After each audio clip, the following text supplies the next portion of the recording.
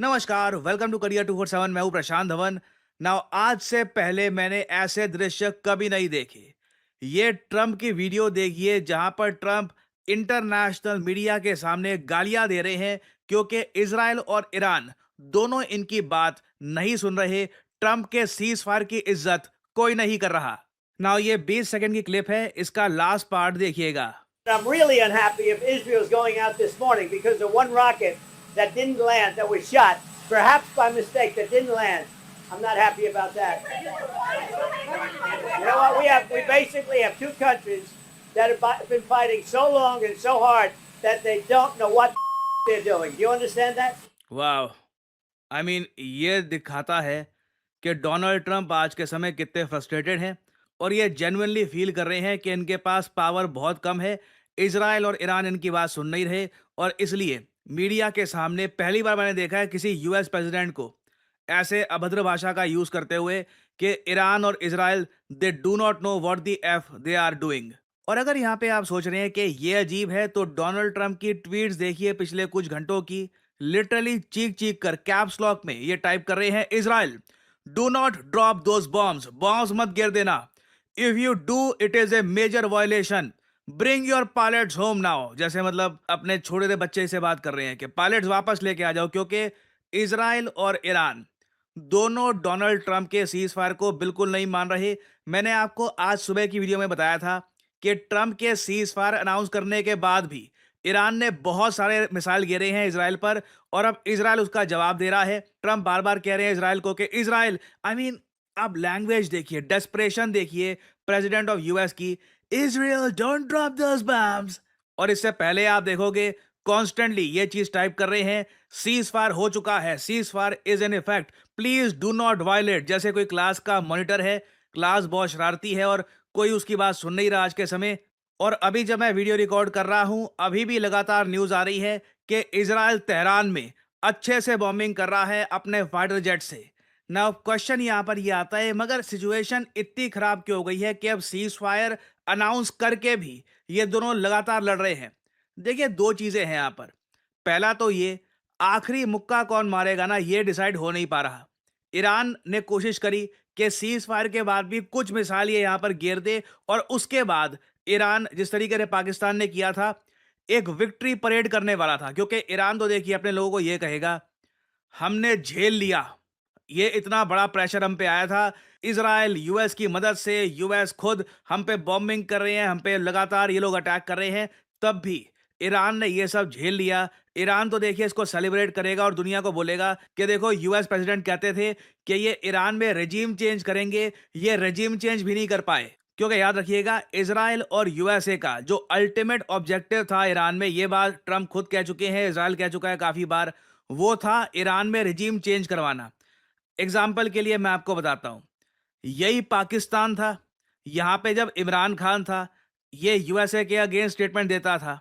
यहां पे एक बार रिजीम चेंज जब हो गया, नई सरकार आ गई, अब जब नई सरकार है डोनाल्ड ट्रंप को नोबेल पीस प्राइज के लिए नॉमिनेट करती है। सीरिया का एग्जाम्पल आप ले लीजिए, इजराइल आए दिन सीरिया पे बॉम्बिंग करता था, सीरिया में रिजीम चेंज हुआ, बशर अल असद हट गया, अब जो नई सरकार यहाँ पे है ये काफी हद तक इजराइल के हिसाब से काम कर रही है, इजराइल के लिए ये लोग कोई प्रॉब्लम्स क्रिएट नहीं कर रहे।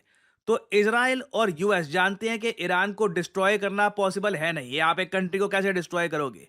तो इनकी कोशिश यही थी कि ऐसे लोग यहाँ पर पावर में आ जाएं जो प्रो यूएस प्रो इजराइल हो और उसके बाद ज्यादा कॉन्फ्लिक्ट करने की आवश्यकता भी नहीं है। तो ये क्लियरली इजराइल और यूएस कर नहीं पाए और अब ईरान ओपनली ये भी स्टेटमेंट दे रहा है कि इनका न्यूक्लियर प्रोग्राम भी बिल्कुल ठीक है, कुछ इनका ज्यादा नुकसान हुआ नहीं, वापस सब कुछ रीबिल्ड ये लोग कर लेंगे। और ये बात ना सिर्फ इंटरनेशनल मीडिया, फॉर एग्जांपल इधर आप देख पाओगे रशियन मीडिया ये यहाँ पे पब्लिश कर रहा है कि ईरान के पास कंटेंजेंसी प्लान था, इनको पता था कि किस तरीके से इजराइल यूएस अटैक करेंगे, फोर्डो पे अटैक होगा, उसके अलावा इस्फहान पे अटैक होगा। तो इन्होंने प्रॉपरली तैयारी कर रखी थी कि अटैक होगा कैसे, ही अपने साइंटिस्ट अपना बाकी जो इक्विपमेंट है इसको मूव कर लेंगे। और आप देखोगे इवन टाइम्स ऑफ इजराइल ने ये आर्टिकल छापा है कि तेहरान बहुत ही जल्द अपना न्यूक्लियर प्रोग्राम रिस्टोर कर लेगा। नाउ जब ये वर्ड ट्रंप ने सुना कि ईरान अपना न्यूक्लियर प्रोग्राम रिस्टोर कर देगा, तो आप सोच कर देखिए यूएसए की स्ट्राइक्स का कुछ पॉइंट बना नहीं है। पेंटागन चीफ ने बार बार बोला था कि we devastated Iran nuclear program वगैरह। बट आपका ऑब्जेक्टिव तो ये था ना कि या तो न्यूक्लियर प्रोग्राम खत्म करोगे या रेजीम चेंज करोगे। अगर दोनों में से कोई भी चीज नहीं हुई तो आज के समय यूएस प्रेसिडेंट इसीलिए कैप्स लॉक ऑन करके जोर जोर से चीख रहे हैं, Iran will never rebuild their nuclear facilities.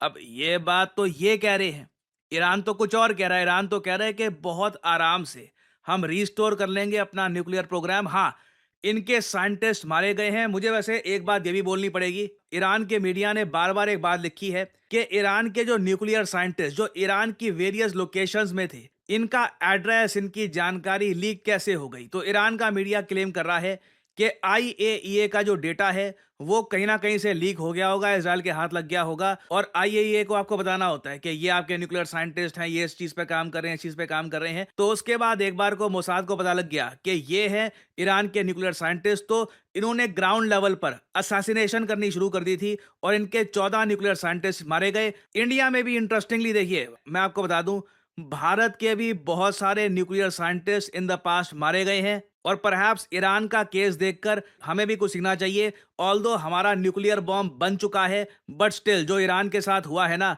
ये अपने आप में एक केस स्टडी है। और आप सबको याद होगा, मैंने कुछ दिन पहले ये वीडियो करी थी अपलोड, जहां पर रशिया के पूर्व प्रेसिडेंट दिमित्री मेदवेदेव ने ओपनली ये कहा था कि we are ready to give nuclear bomb to Iran. ना सिर्फ रशिया, इन्होंने ये कहा था कि कई देश हैं, नॉर्थ कोरिया हो सकता है, बेलारूस हो सकता है, कोई भी देश हो सकता है, कल को अपने न्यूक्लियर वॉरहेड ईरान को दे सकता है। इस पर भी ट्रंप बहुत जरा भड़क गए, इन्होंने रशिया को धमकी दे दी न्यूक्लियर सबमरीन वाली।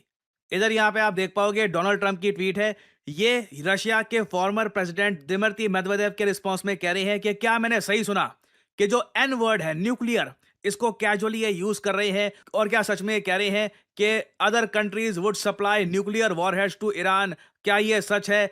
अगर है तो रशिया खुलकर बात करे। और आगे कहते हैं, I guess that's why Putin is the boss. By the way, if anyone thinks our hardware was great over the weekend, far and away the strongest and the best equipment we have 20 years advanced over the pack is our nuclear submarines। Russia को धमकी दी कि अगर Iran को nuclear warhead पहुंचाने की कोशिश करी तो हमारी जो न्यूक्लियर सबमरीन्स हैं उसको आपको फेस करना होगा। दिमित्री मेदवेदेव ने इसके रिस्पांस में फिर से ये बोला कि मैं रिपीट करूंगा कि कल को कोई और कंट्री, सम अदर कंट्री, बिल्कुल ईरान को न्यूक्लियर वॉरहेड दे सकती है। और अगर यहाँ पे आप सोच रहे हैं कि ये कितनी एक अजीब सी बात हो रही है खुलकर, तो मैं आपको बता दूं, सबसे अजीब बात ट्रंप ने इस सब के बाद बोली, ये कह दिया कि अब चाइना आराम से ऑयल परचेज कर सकता है ईरान से। होपफुली चाइना बहुत सारा ऑयल यूएसए से भी परचेज करेगा। आई मीन, ये आदमी, मैं मजाक नहीं कर रहा, जेन्युइनली लगता है कि अनस्टेबल है।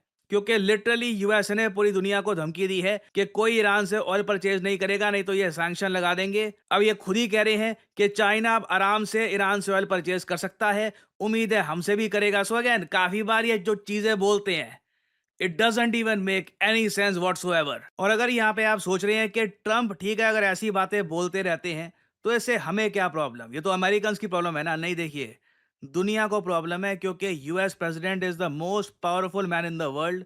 और जब most powerful man in the world ने अपने दिमाग को विश्राम दे दिया है मगर अपने मुख को विश्राम नहीं दिया, तो उससे प्रॉब्लम्स आएंगी। और इसलिए हम देख रहे हैं इजराइल अभी भी स्ट्राइक्स कैरी आउट कर रहा है ईरान में।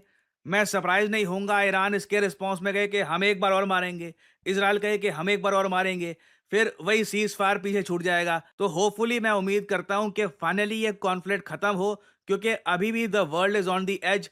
अगर इजराइल ने इसी बीच कुछ अटैक कर दिया ईरान के सुप्रीम लीडर पे, तो मैं आपको बता दूं ये वॉर बहुत ही लंबे समय तक चल सकती है। सो अभी बहुत सी अपडेट्स आएंगी इस कॉन्फ्लिक्ट से रिलेटेड। अगेन मैं रिपीट करूंगा, ऐसे दृश्य आज से पहले मैंने कभी नहीं देखे। This is complete chaos. और कुछ अपडेट्स आती हैं, I will keep on making updated videos for you all. Finally यहाँ पे आपसे सवाल पूछूंगा कि एक यूएस का मिलिट्री बेस है, ये आज के समय काफी न्यूज में है, ईरान ने इसको अटैक किया था। नाम है इस मिलिट्री बेस का अल उदैद। आपको बताना है कि अल उदैद यूएस मिलिट्री बेस, जो रिसेंटली बहुत ही ज्यादा न्यूज में था, ये कहां पर, किस देश में लोकेटेड है। ये है यहाँ पे आपकी ऑप्शंस, भारत, कतर, यूएई या फिर इराक। कमेंट सेक्शन में करिए उत्तर। जो लोग देंगे सही आंसर, उनकी कमेंट को मैं दे दूंगा हार्ट, ताकि बाकी लोग समझ पाए कि सही उत्तर क्या